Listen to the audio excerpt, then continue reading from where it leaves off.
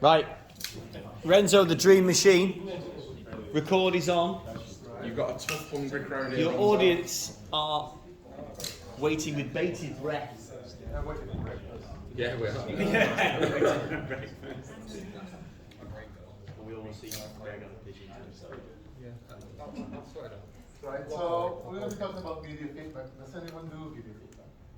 I'm sure performance looks at videos, but do you do video feedback?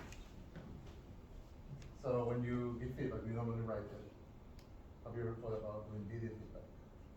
Video feedback whilst we're there on video as well. Right. But no, I haven't done specific video feedback. Let's see then. So have anyone heard of OBS? Yes. Yeah. Yes. I know that esports use it all the time, so. So OBS is a really good recording program. So once you set it up, it will just, press record and it will just record the video. Really low space video, and then you can upload it to your Google Drive. I'm not gonna go through how to use it. There's a video there for you to do it. So it will be shared with you. So, have anyone heard of Epic Pen? It's a bit like the boards that we have in here that you can write down on anything. It's the same with this for your desktops or for Macs. Full version costs £20 and it's for life. And it's really good. You could write, highlight, do shapes, take pictures, actually do a whiteboard if you want to explain things further. Just drawing over your videos. Yeah, you can draw. I'm going to show you how it looks in a bit.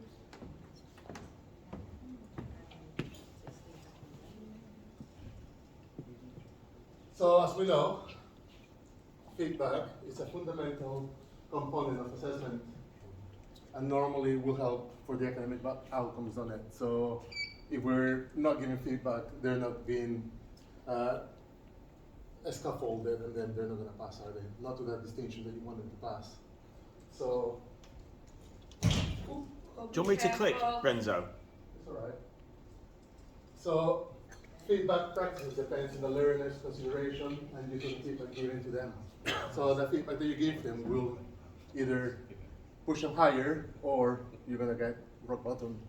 And most of your learners, I'm sure, don't read the feedback, if you noticed by now.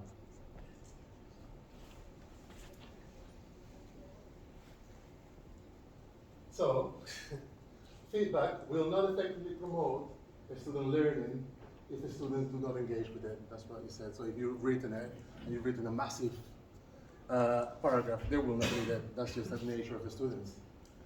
So how do we make it so they don't ignore it?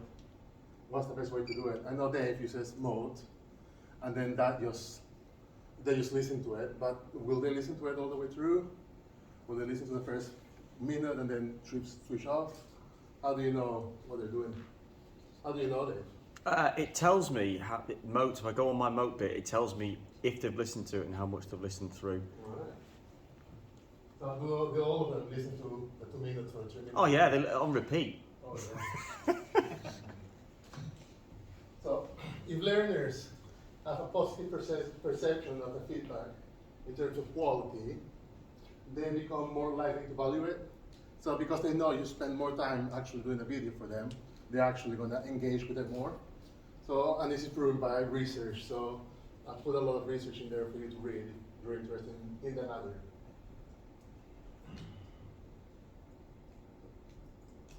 So digital technologies can be used to improve students' perception, feedback, quality. So like I was saying earlier, if you have spent, I don't know, 2 minutes on your video, even though it don't look like it's going to take a long time, it's not really going to take you as long as writing an actual paragraph. How long will you take to write a paragraph? It takes me about 5 to 10 minutes to do a proper paragraph. If I'm explaining, it will take me about 2 minutes and a half. So that's got your working time in half a year or more. So in this context, video technologies are considered effective tools for preparing feedback and delivering it to the students. So if you notice, when you look at the normal way that we do it is, we inspect it, then we mark it, then we write the actual comments, and then we give it back. we're doing video, it's all in one. You can actually be reading it through and then just record it at the same time. And actually, your first thoughts are going to come through. As long as you don't curse or do anything like that, then you should be fine.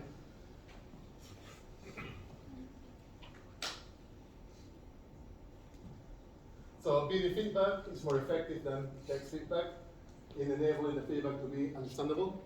They will relate to you more. That to help students develop and revise learning tasks. And that support the effective interaction between teachers and students. So they're going to be a closer rapport to you because you're giving the video feedback. And because they're hearing your voice, also that actually helps the report. And again, it's all backed up with theory.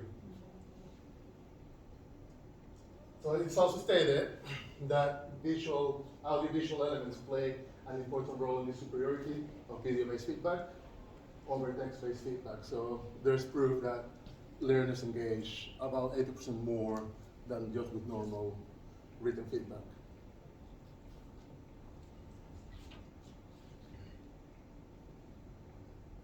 So one of the main features of positive feedback is understandability and clarity. So again, video will allow you to do that.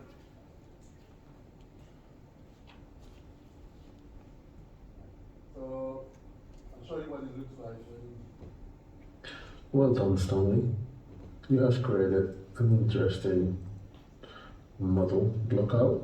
Your chip looks quite similar to the one that we have on your reference. You have used cylinder to create your thruster here, so we can tell it was a cylinder here. However, you used the vertex and push them in, which would have worked better would have been if you create another cylinder and put it on the bottom, which would have allowed you to create a more realistic shape for the thruster. It will be the same on the top. As you can see here, you have one cylinder here, another cylinder here, another one here. So you could have just added one more cylinder here, another cylinder here, and then a massive cylinder on the back to make it look like it's actually the air reserves. Again, on this toilet here, you're also missing some small cylinders, just for basic detail, and again on your legs, you're missing some plates, so that would have been just, again, a cylinder. Overall, as you mentioned in your sketchbook, you struggle a bit with the proportions, and you can tell, especially in this part of the main body, as it's a lot short, and you've created a bigger one that you had to really. Again, you tried to move the vertex when you didn't have to. You could have created just a smaller box, and then just add on top other boxes to make it work. It's a good thing that you use your mirror modifier. Again, you're trying to use more complex techniques when you don't have to yet. Again, just a simple box and simple components will have made a better spaceship just for that blockout stage. It's a good thing that you ask for your friends' help, so your peers' help, to get some feedback from them. As I can tell on your work, it's actually helped you a lot. Overall, well done for your first try. We'll see how you carry on working from here. So I left the ums and everything else in purpose, because if it were perfect, the student will switch off, because then you don't become a person, you become a video tutorial. So just having the ums and aims in there will allow them to build a rapport with you. And that took me about 2 minutes and a half to create. Instead of having to write everything down, it will take me about, what, 5-10 minutes? Yay! Well done. There's some another 2 tries as well. Oh, epic. Thanks very much. Thank you very much. Thank you. Jason, it's you're always first, so How do you use video feedback then in your lessons? Well, I was just thinking, we were just talking then, when we do the director's commentary type thing, where they edit elements of a scene together and then they analyse it over the top with the thing, it'd be really useful for us pointing things out, things they've missed, that kind of thing. It'd be really, really useful. Same with performance, I'm guessing you could just highlight parts of the dance that was We were around. talking about like the alignment of a movement, so like draw You a can straight actually draw line it, and yeah. So maybe we could get college to push us some licenses and then give it to us. yeah. For £20, I'm sure we can afford Yeah. licenses per team. And That's the pen tool thing, isn't it? the Epic Pen. So is that, you say it's machine specific, or is it a login? So for example, let's Machine just specific. right. So we can't have one login and then Yeah, but can each with the log free in what we version, do. you can actually draw on top. So Okay. Well, what does that pro version give you? extra bits, so like the whiteboard, different colors, more shapes. Well, with the free one, you can still draw. Yeah, you can still draw, so you don't really need it. Yes. Okay. OBS, is that what you use to record the video? I like it better than the Streamlabs because it's just for recording, really. Streamlabs more for streaming. OBS, that's a shorter and smaller video. When you record your videos, what do you use? So I've used OBS as well from Renzo's recommendation. You could, I've tried Streamlabs as well. You can use Screencastify as a sort of shortcut to do that. Can you write on Screencastify? Yeah. I think you can, can't you? So you could substitute that and that will go straight to your Google Drive. So maybe as a starting point we could try Screencastify and try and So do you some can bring video up feedback. their work, say a video piece, you can bring it up in Screencastify. Yeah, so you can have it in Classroom. And then use that pen, You could record pen in, over the top too. yeah, record in Screencastify. It'll go straight to your Google Drive, generate a link. It's not as good as what you've got there, but we could certainly, for those of us who are not quite as savvy as you on that, we could certainly give it a try. There's a tutorial on the first page. So All right, flip cool. learning for you. I'll share that. That's great. Thank you, Renzo.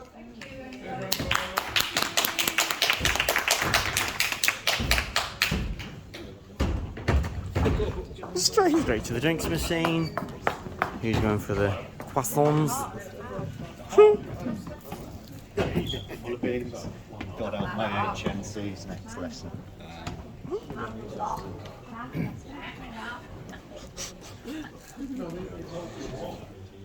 Right, don't be shy with the food. If there's more on the way, tuck in.